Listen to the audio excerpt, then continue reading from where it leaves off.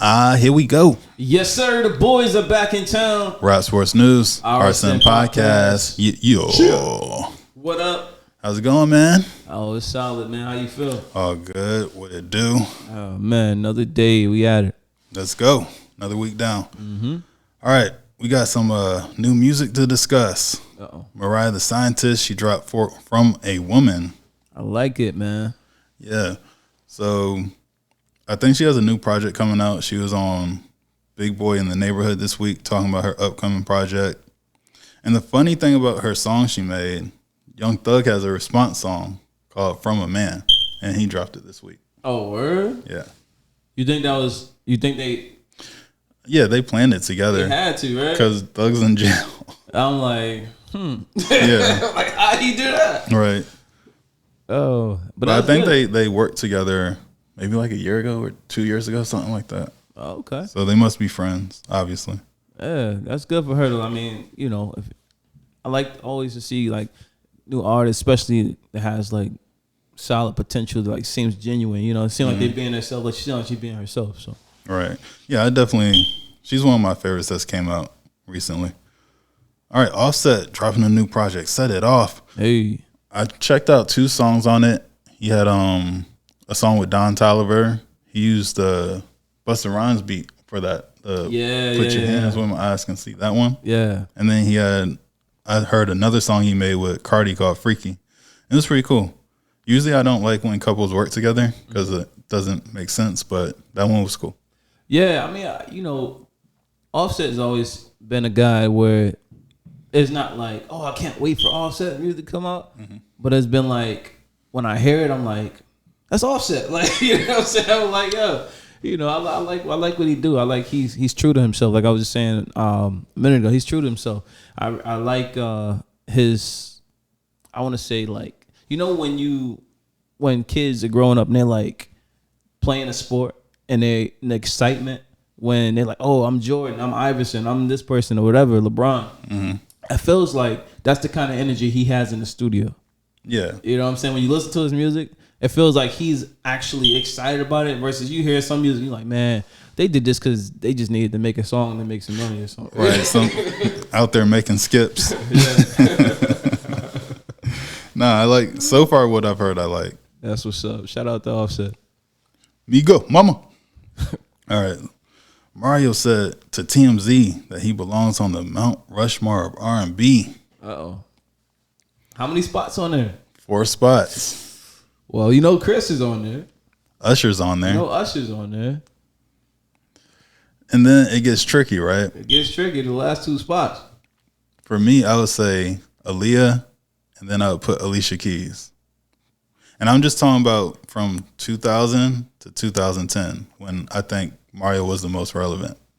Yeah, from 2000 to 2010, you absolutely got to put Usher, you got to put Chris Brown. You said Aaliyah, of course. I'm never going to take her off. We got to put Aaliyah on there. My last one, I'm not mad at Alicia Keys at all. Not mad at Alicia Keys at all. I don't know who I would put on the last one. I'm just going to go. I'll go to Alicia Keys right now, too. But she's the only one that if I were to change, she would be the only spot I would change. Right. Like Mario, I think if he had like more hits, I only remember him for How Do You Breathe, Break Up, and Let Me Love You. Love You. And that was number 1 for like almost 10 weeks. Just a Friend, right? Yeah, that was like that was his first. Was that his first big I think song? that was the one that came out first. Yeah.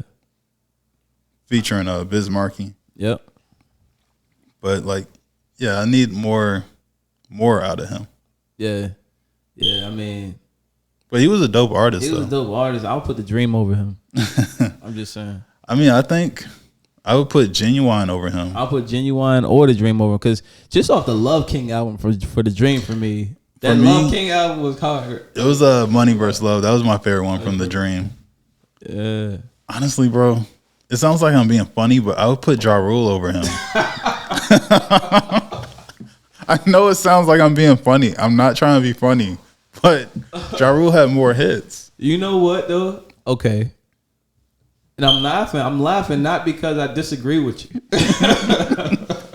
Because when you think about it, Ja Rule would go up there before Mario. Yeah, Ja Rule would go up there before Mario. That's facts. Oh man. All right. But no, shout out to Mario. He's a dope artist. Word. Make sure y'all check out those songs. Oh man, Jada Pinkett Smith.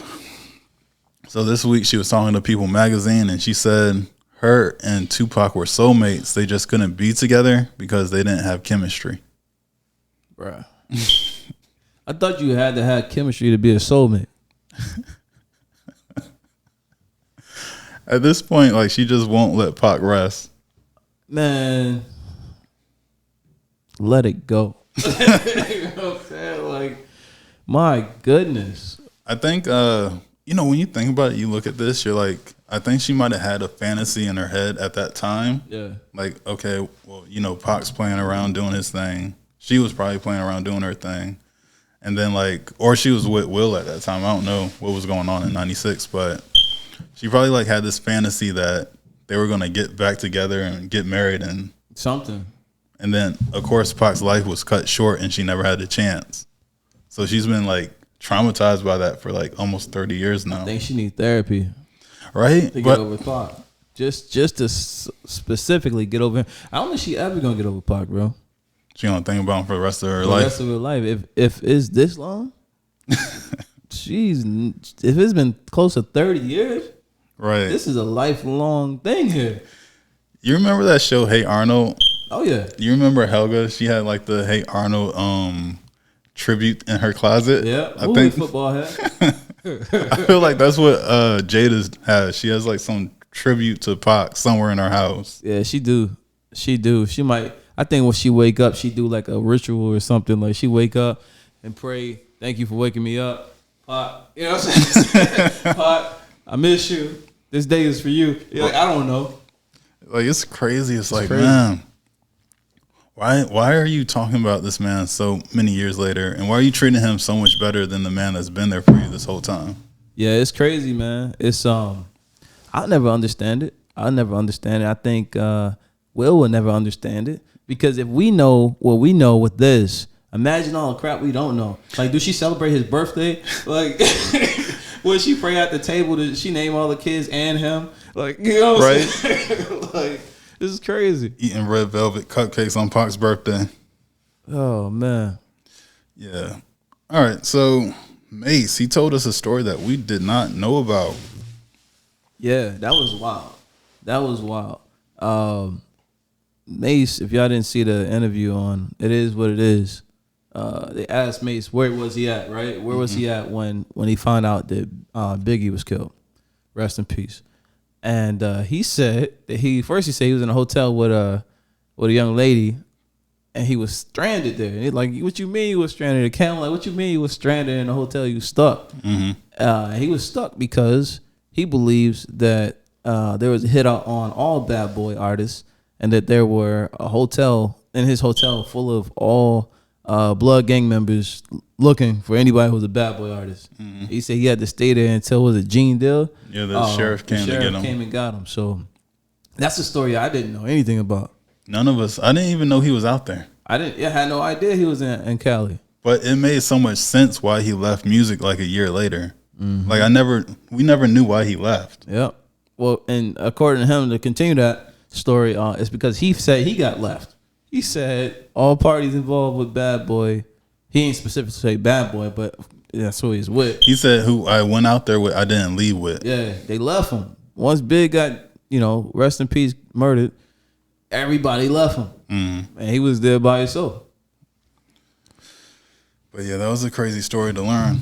But hey, do you think when Puff watched that, when Diddy watched that, he said, "Damn, it is what it is," like the name of the show? I don't know. Do we even watch that show? I'm sure you heard about it. All right, ready for some news? Let's do it. Oh man, so unknown caller. Oh, got a call. Uh-oh. First caller on the show. First caller on the show. Apologies, folks. All right. So in the news, we got Oyster bar date. So a chick, she answered back to some guy that had been hitting her up to go out. They end up going to an oyster bar together. She orders like 48 oysters, eats them. She films herself doing this. Then she orders like some crab cakes and potatoes, orders some drinks. And then at the end of the day, she notices he's not there. Man, I'm happy he did what he did, man. For real. He left, y'all. He left. Listen, first of all, she was like, if you listen to, that was her plan the whole time, just to go eat up everything, have a great meal. And at the end of the day, she probably was never going to call him again. No, she wasn't. So she said that the dude was hitting her up when she was with her friends, and she don't even know why she went out there. Yeah. But she said, she wasn't going to turn down that was the best oysters in town or something she was saying. So clearly you had your mind made up that you ain't give nothing about him. You just wanted to go eat, right? So dude, he just had a drink, and we don't know what else he had, but I think it was just a drink. Yeah, he just had a drink. And she had 48 oysters, crab cakes, and the whole nine. And he's watching this, and he's like, in his mind, he's like, he's adding all the money up. He's like, nah, buddy. Nah. And it's the thing, y'all. I don't want people to say, oh, he must have been broke or this or that. Nah. It's not about that. Has nothing to do with it. He's just not a sucker. Right. He's just not about to get played. So he was like, yo, I got to go to the bathroom. Went straight to the door. When he left, got up out of there. And when she texted him later or whatever, talking about, like, it's crazy you left. He's like, yo, I can cash app you the money for the drink. Like, I said drinks. You ordering food. Yeah. Like, yeah, I'm happy he did it. I think more men need to do that. And if it was, vice versa with a woman, I wouldn't be mad if she did that either. Right. It's only right. Speaking of that, so we had the Cheesecake Factory date too. And that was also here in Atlanta. What's going on here, bro? The world gets to see how Atlanta women are. Yeah. So basically this woman, she's on a date with this guy. She was supposed to go somewhere else, but she was late. So he ended up taking her to the Cheesecake Factory. He gets out the car, try to open her door. She locks the door, rolls down the window, says, someone that looks this good doesn't go in the Cheesecake Factory. She locked his door. The door to his car. Starts filming. He says, oh, you want to talk about it? Okay, yeah, we can talk about it online. Gets back in the car. He's saying, so you expect someone to go all out on a date, and on the first date, he says, first, when I went to your house, you wouldn't let me up. She said, we're not there yet. He said, I respect that. He said, like, when they were driving, she wouldn't want to hold his hand or nothing or hold his arm. She said, we're not there yet. He said, okay, I respect that. But he said, at the same time, what makes you think I'm going to go all out on the first date if we're not even there yet? Exactly. Right? So they're going back and forth, and she's like, he shows his planner. He's like, look at where we were going to go. They were going to go to Aria, which is a really big steakhouse out here. And she messed it up by being an hour late. Right. He said the reservation was for 5. You came out the house at 5. So we didn't make it. And that's why we ended up at Cheesecake. And she's like, well, can we go somewhere equivalent to that? He's like, honestly, I feel disrespected at this point, so I'm just going to take you home. And she's like, no, he's not. And then he pulls out, drives off. First of all, the patience of this man. Yeah, he was a gentleman. He was way too nice. But this was a non-black man, so. Yeah, the patience of this man. He never disrespected her. He never called her her name. None of the things that I think most people would have done. Right. So I think it's just a reflection of dating for some people, and it could be cultural wise, right? Like if this was I don't know. Point is, Atlanta, get it. Come on, man. Atlanta's rated as one of the worst cities for dating right now. Come on, man. I see why. Mm-hmm. I completely get it. But I'm glad that he stood up for himself. Yeah, kudos. He wasn't a sucker. Hey, but this could have been the best thing that happened to this dude, man. You know why? Because 100 chicks lined up like, yo, I go to Cheesecake. That's what what I was going to say too. If going to Cheesecake Factory is dusty, I don't want to be clean. I love Cheesecake Factory. Yeah, I'm telling you, this is the best thing. All these people, millions of people, whatever, saw this. Millions of females saw this who ain't got to do any of that or willing to They're cool with it. They like, yo, what's his Instagram? One woman's trash. Another woman's treasure. Right. So shout out to him because I'm telling you, I bet you his DMs is full. Of course. All right, so we got a popular Target store that's shutting down in NYC. They said at this point they're not making no money. They said like robbing crews are going in there, going crazy, taking stuff, not paying for stuff, running out the store daily. This is wild, man. I thought this was just subject to the West Coast. This is everywhere. This is everywhere. I feel like we're getting closer and closer to the purge. But it's like a stealing purge. Stealing purge. It's like, pretty okay. So they've been doing Target. They've been doing Apple, all the clothing stores, all that. All right. So what's gonna stop people from doing that to Kroger? It's not. They've been doing that in like Seattle and places like that. This is wild, man. That's why Walmart left. This is wild. Yeah, because you can get everything at Walmart. Mm-hmm. One-stop shop. Wait. We don't have to go to all these separate stores. Just ride out with a cart full of stuff and a TV. Man. Wow. Oh, it's sad to see this keep happening, but America is not in a good place. Not right now. Nope. All right. Chicago. So some guys out in Chicago, they got caught with $5 million worth of sneakers. I'm disappointed in this. I'm very disappointed in this story, man. Why? Because I didn't know about this. Nobody hit me up and say, yo, I got some, you've been looking for these kicks. I got all of it. For the low. For the low. How dare you not put this information in the right hands? So apparently they were hitting trains and taking sneakers that way. $5 million, bro. Yeah. They had like basically a warehouse full of sneakers. $5 million worth of sneakers. Rare sneakers, Jordans, Nikes, Air Forces, Adidas, everything. Mm-hmm. But Yeezys. Yeah, like come on, man. What is the route that you use? I'm just playing, guys. It's all jokes. Making light of the situation. But if you do have the information, please put that in the comments or send a direct email. But they got caught because people must have been running their mouths and dealing with people who are not used to any kind of success. Yeah. Yeah, they had to have someone in there. Oh yeah, I can get them shoes. Oh, me and my homies, we blah blah blah blah blah. Hey, oh, for real? Hey, you think plot twist? Do you think one of them took somebody on a date and she was like, "I need some new sneakers"? That's how it goes, right? That's how it goes. Someone simped. Oh, yeah, I could see that. I could definitely see that. Yikes! All right, so we had some really big events happen this week between Israel and Hamas. Hamas attacked Israel just out the blue. They're calling it the worst terrorist attack since 9/11. And this is a tough one, right? Because there's people on both sides. There's people who agree with Hamas, people who agree with Israel. For me personally, I don't know both sides of the story well enough to take a side. I hear certain things that Israel has done to Hamas in the past. Like in 2004, they attacked Hamas. So, that's one thing that happened. Then we see what happened here, and there's stories coming out of some of the terrible things Hamas did to Israelis this week. Mm-hmm. But then we don't see the proof necessarily, so we don't know. So I don't know where to stand now. I need to learn more about what's going on and that history between them. But it kind of boils down to, I think it's like years and years of like Hamas wanting Israel's territory. Yeah, man.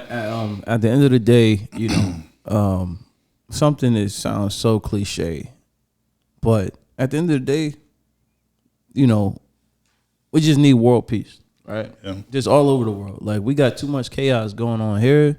There's chaos going on in all these other countries, war breaking out, all these things. We just need to get to a point of peace where people can be at one and appreciate life and not be so willing to take it as the answer, right? Easier said than done. But let's say on either side, whether it's Israel or Hamas, let's say all of the people were wiped out and there's no more of either side. Then what? Mm-hmm. What does that solve? Nothing. It's just it's like this ongoing war. This never-ending beef, basically. Yeah. That it comes down to religious beliefs.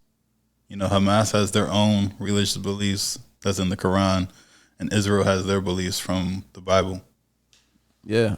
My question is, who's the person that said that Drake and DJ Khaled should talk about this? We're talking, DJ Vlad, he was on the Breakfast Club, and he said, how come Drake and Khaled, who is the biggest Palestine, DJ Khaled, and Drake, who's the biggest Jewish person, aren't saying anything about it? And like, what I was saying is like, who the hell wants to hear from them? They can't talk about that. They'll lose $1 million deals talking about that stuff. Nah, they can't at all. Yeah, DJ Vlad, you just be quiet. See, DJ Vlad, he's talking a lot now because he solved the Tupac case. Yeah, facts. But yeah, no one wants to hear from Drake or Khaled right now. There's more important things to worry about. You know, Drake is a music artist. He dropped the album. We all judge the album. Also, Khaled, he drops music. He's a producer. He drops music. We judge the music. Mm-hmm. I don't want to hear about what he thinks about that. Nah, not at all. All right, sports. So this is funny, right? So Drake shot his shot at Alicia Lemon of the Aston Villa soccer team in Switzerland, and he said that he wanted a jersey. Now,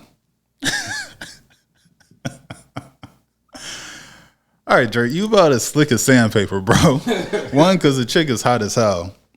You don't want no damn jersey. You out here looking for draws. But that was a funny story that happened. Yeah, that's hilarious. Colorado. Oh, my God. Colorado takes an L to Stanford. They started off the first half of the game up by 29, and then Stanford came back. They ended up in double overtime, and then Stanford won by 3 points. Man, you're breaking my heart. All the bandwagon fans are real sad right now. Man, just when you thought they finally put it together, the whole time we like, yo, Colorado has not played a good first half yet, except for when they played against a solid first half against the very first game against TCU. But they haven't played a dominant first half yet. They haven't played the football that we know they can play. Mm-hmm. And we got excited, like, yes, they're beating them 29-0 at a halftime. It really should have been 30-something, but we got high hopes, like, okay, they might put up 60 tonight. Mm-hmm. We get into the second half, and they go back to their old ways, man. Back to their old ways. They played a good first half and the worst second half you could play. This schoolyard bull. Oh, my goodness. And then we lost in double overtime at home in front of the home crowd on Friday the 13th. Oh, man, what a nightmare. What a nightmare. That's a night they will never forget. Yeah, shout out to Colorado. You'll get them next time, champ. I feel like Coach Prime. I was waiting to see on the news the next morning, like, Coach Prime chokes out 3 players in the locker room. Oh, you know he went ham on them. Now, what y'all out there doing right now? Oh, my goodness. I would have never. I felt like I thought he was about to fire everybody. For real. Right in the middle of the season. Get off the field, you bum. I'm telling you. Like, he has no patience. That's crazy. Oh, my God. All right, so Mikey Williams faces 6 felony gun charges. Mikey Williams, what the hell are you doing? You were 19 with $5 million. John Morant Jr. Right. Like, you related. Y'all watching way too many drill videos. Yeah, man. It's I don't know what you could say to that. Everything we said about John Morant and more is it's like a deja vu. Deja vu is a reflection of. I kind of think it's like a reflection of. I don't know if we want to say the mindset of today. Mm-hmm. mindset of some people today, because everybody's not crashing out, but the mindset of some people who get success too fast, too easy. Maybe I don't even want to. Maybe it's too young. Yeah, like at 19, I can't imagine like being 19 having that type of like success already. Because people been following him since he was like 6th, 7th grade. Like they've been following him for a minute. So like he's been under the eye. Like he's been like people been knowing who he was. Because he was playing with LeBron's son, right? Yeah, he's playing. Him and Bronny were playing together. I think 6th grade, 6th, 7th grade, something like that. Mm-hmm. So they've been playing AAU together forever. Bron used to coach him, everything. Like so that's the thing. It's different when. And I'm not making an excuse, but let's say it's like where I'm from, originally in Buffalo, right? Buffalo, New York. People have been very good, and you might not ever hear of them in certain sports and things like that because they crashed out, but they were in the circumstances. You know what I'm saying? So like life just. Yeah, life just. But when you in a good situation, when you're in the suburbs and you go out of your way to mess it up, you go out of your way to want to be in the hood or do hood things, hood tendencies, a hood mindset. Yeah, I don't get it. I can't understand that. Yeah, I mean, I feel like that's it goes deeper. I feel like that's kind of black culture right now because there's people who. Like you said, he grew up in the suburbs, right? I don't think he's ever lived in the hood, has he? No, his father only took him back to show him where he was from that he didn't want him to be a part of, but let him play there. Yeah, let him hoop there to get tough. He didn't actually have to grow up in those situations. No, he got to go home. He drove home. He drove off into the sunset after that. So it's like I don't know where this mentality comes from. I think back to when I was a kid, you know. I wasn't in the hood and stuff like that either, but we watched a lot of rap videos and maybe you pick up bad habits from watching that. But I feel like it wouldn't be that damn bad. Yeah. Yeah, it's different. Everybody goes through that phase. Like I remember when, I moved out of the hood and I moved to Florida. But it was around the time where like 50 was real big, 50 Cent. Mm-hmm. And I listened to a lot of 50 Cent. Like I liked 50 Cent. I mean, this was right after he came out, but this was like maybe like 2005. Mm-hmm. And I'm like, yo, like I'm listening to it, I'm vibing with it, I understand it because of where I came from. If I didn't come from that, that's someone who's just, you know what I'm saying? Like just glorifying what they don't know. Right. But point is, man, I really hope some way, somehow he can turn it around and be a success story. Yeah, I don't think he might get a slap in the wrist for this. He got the money to get the lawyers to get him off of it, but he needs to focus. Bruh, when you know LeBron and you can call him, you can call LeBron. You can write the judge a letter. The judge probably a fan. Come on, man. But he needs to make the best of his opportunities because that doesn't come to everybody. Nah, not at all. Talk to us about Victor Wembanyama. Oh, he been hooping, man. San Antonio Spurs star, first year in the league. It's only preseason, but he's been hooping. He been 23 here, 26 there. Like he been putting up points. He been doing his thing. So I'm looking forward to seeing what he does in the regular season. And some key matchups against different people. You know, when they play Joel Embiid, another big. When they play Joker, when they play Bron and them, when they play the War. You know, I'm looking forward to seeing these matchups and see how he do, man. I think he gonna hold his own, and hopefully we need somebody to come and take the torch. I know we still got Steph Curry and stuff like that, but as far as like big men, we need somebody to come and take the torch. And, Bron, this is his 21st season. We need some more excitement. You know what I'm saying? Mm-hmm. Like my thing with the NBA has been, and I've always loved the NBA and even NFL and things like that, but the past few years I haven't been as crazy about it, is because every year is load management. Every year, some of your favorite players are like, oh, I'm not playing today because I'm resting, I'm hurt. Or, yeah. Like, come on, bro. I need a mental health day. Yeah, I'm like, come on, man. And tell the fans that day of. You make $300 million, you need a mental health day? Right. Yeah, all right. Yeah, all right. All right, G. All right, son. All right. Cool. Stephen A. Smith, he has something to say to Jada Smith. So basically, he was on the show. He was telling Jada to stop talking about their relationship publicly. He said, you know, when in the past has it ever worked out for women basically emasculating their husbands in front of everybody and trying to make a profit off of it? And it's crazy because what she's doing made it all the way up to his show. And he talks about sports. He doesn't talk about celebrity gossip. Yeah, I think he made some really good points. But afterwards, I was thinking to myself, like, did Will call him and say, good job? Did Will call him and say, good job, bro, for having my back on that? He should retweet him. He should retweet him or something. Everything he said was action. Or I said action was facts, actual facts. You shouldn't do that, man. I mean, it's bad enough you already put all the things out there that you already did, but now you trying to make money off of it. Yeah. I mean, she's probably been making money off it, but like, you know, like with the show. Yeah. It's like what will she not do? At what level will she not stoop? Like when people stop talking about her, what's the next thing she's gonna say that'll be crazy enough for people to pay attention again? And something else that he said that stood out is when he was like, you know, you doing this is gonna make men think, well, what if my wife turns on me like that and just starts talking about all the stuff that happened over the years? So you're gonna scare more men out of marriage. It's already at an all-time low. So yeah, especially in our community.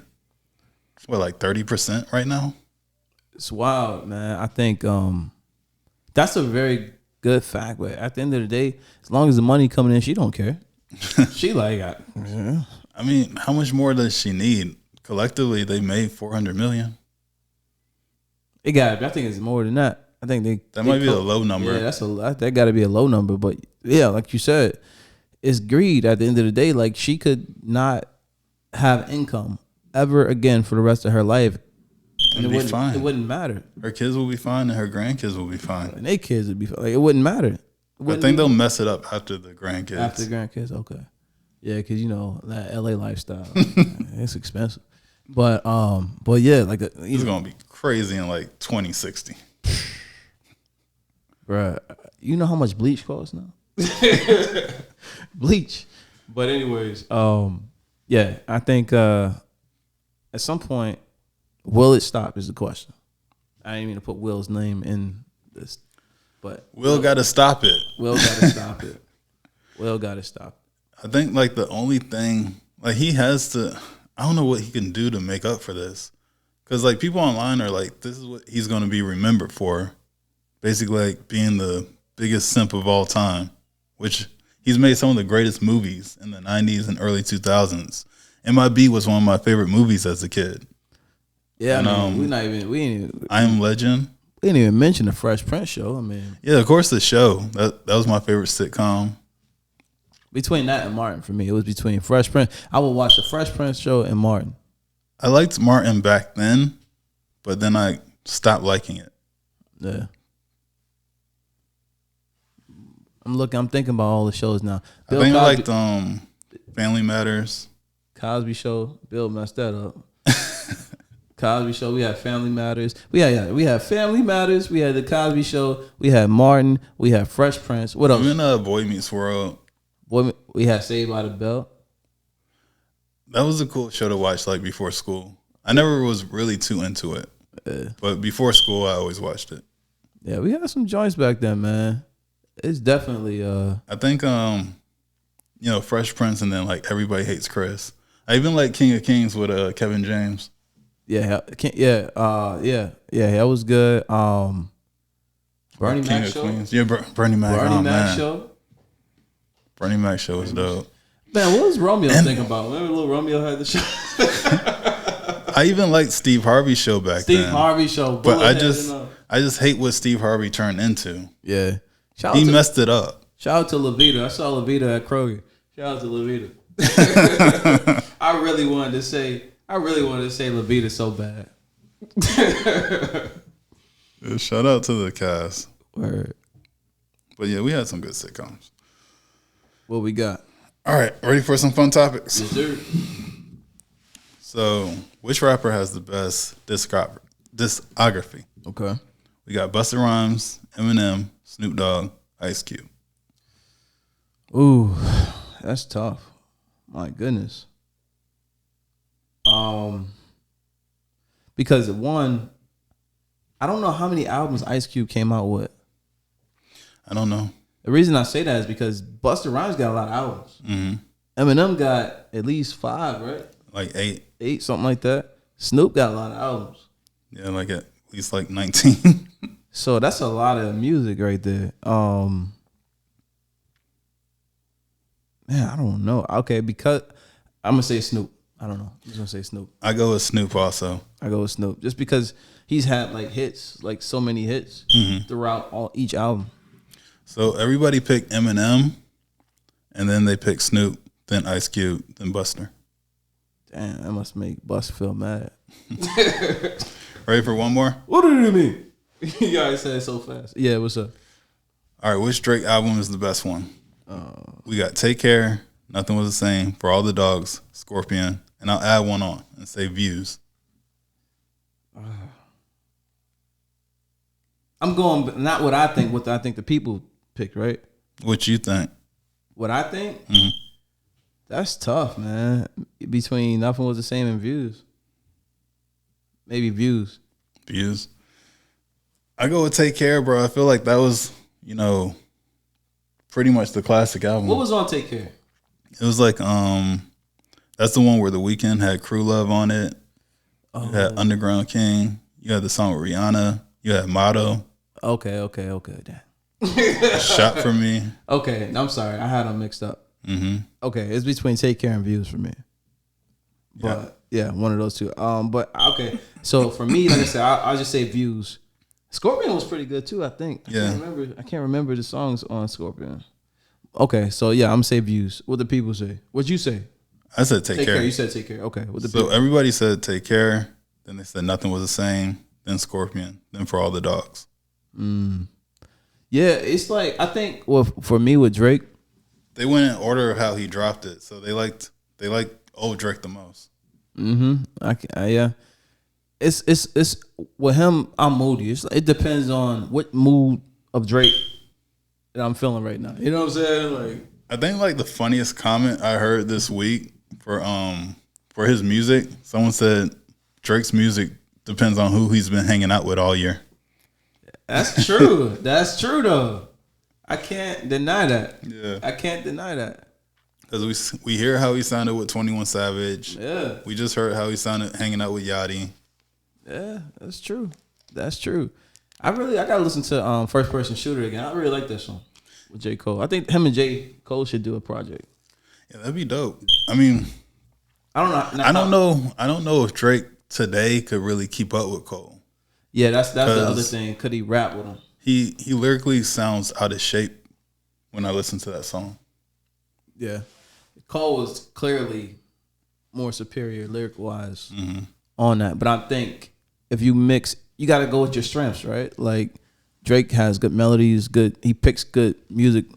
Like, not saying Cole don't, but it's like what do you think is Drake's biggest strength? I think it's usually just being relatable, and he does make really good melodies. So if you take Drake's melodies and relatable topics with Cole's lyricism and like straightforwardness, like realism, like I don't know how you put that. I think it'd be a good album, even if it was an EP, even if they did 6 songs. I think he's not as relatable today because now he talks about like, I just made all this money. Yeah, yeah, he's too far away from the people at this point, probably. Yeah.